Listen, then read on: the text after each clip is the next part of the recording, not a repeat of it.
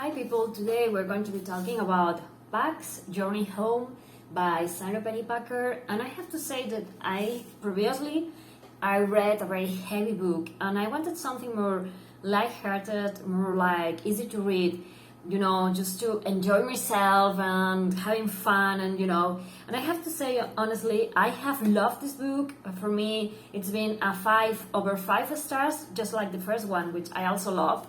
But it's not an easy book. I mean, there is lots of things going on in this book, and I think it's a very, very mature middle grade. At least it's how I feel about this book, because it deals with very heavy topics. In the first book, we had this guy, this little boy, actually, called Ben, and he finds a fox den, and the parents aren't around, and all the kids are dead but one, and he gets the little cap and he brings it home and he cares for it, and they have this amazing relationship in which Pax the fox grows up, and they're very they friendly and they care for each other and they have an amazing relationship. And then the war comes, and also we have the father figure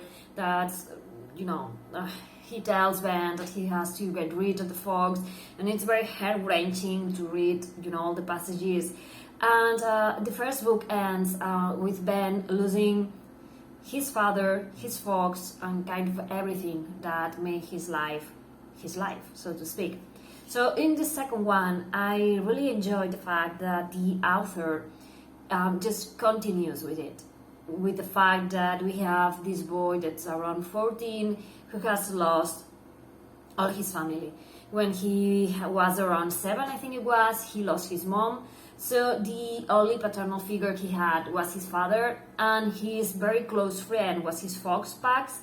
So he has lost everything, and he has a grandfather, but he doesn't want to go live with him, and he ends living with another person, and so he's not alone in the world, but he's recovering from the fact that he has lost everyone and everything that he called his, so to speak.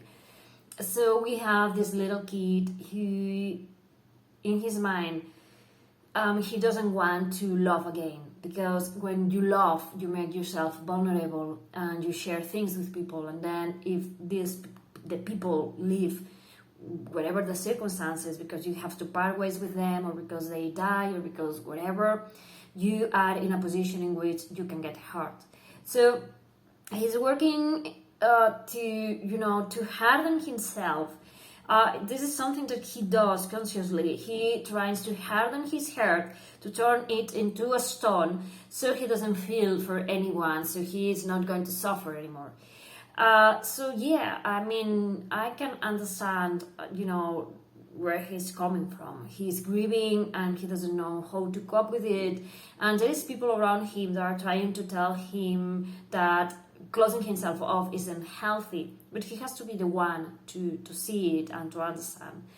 And for me, having lost 2 of my very close companions last year, it was like very touching to read this character going through this grieving process of surviving the loss. And yes, sorry, I don't know if you're hearing that, but that's my washing machine telling me on the wall that the program has finished. Okay. One of the things that I love about these books is that are narrated by 2 characters. One of them is Ben the boy, and the other one is Pax the fox. The drawings are completely adorable. And I love that when you remove this, you have this amazing drawing here of Pax and his daughter, who's going to be a very important character in the book. So yeah, as I was saying, we are going to have chapters narrated by the fox, and we are going to have chapters narrated by the boy. And yeah, as I said, I told you more or less what was going on with the boy Ben, and now what's going on with Pax. Pax had been raised with the boy, and he has kind of learned that not all humans are bad, but he knows that some of them are, due to some things that happened in the first book. And also his mate is very afraid of humans for things that has happened to her. So yeah, we're going to find Pax. He's a mated fox now, and he's going to have kids, 2 boys and 1 girl.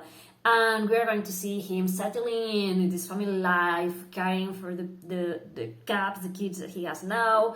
And yeah, sometimes he still thinks about the boy that he used to love. And yeah, and I think I love how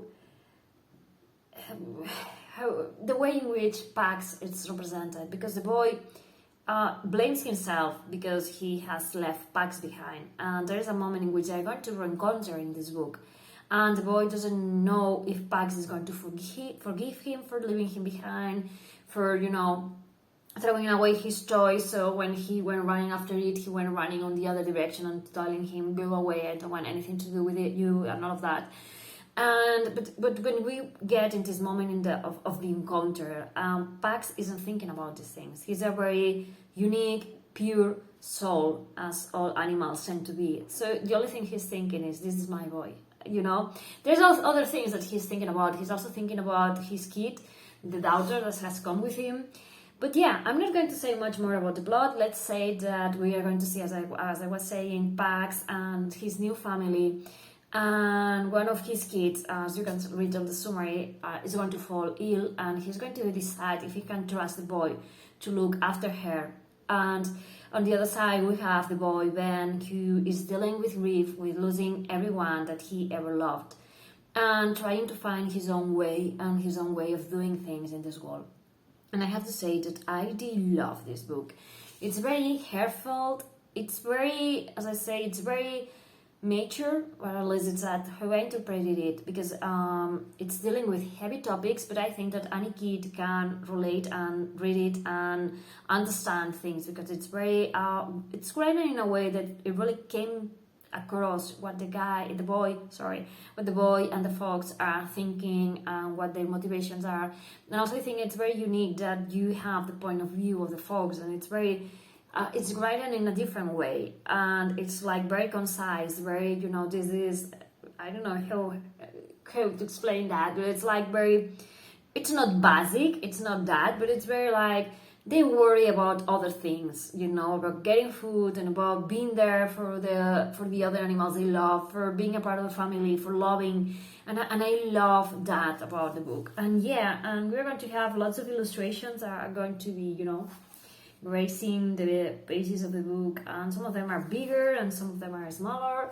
And honestly, I've loved this book to bits. It's amazing. If you want a book that's going to stay with you even after you close the last page, I think this one is for you.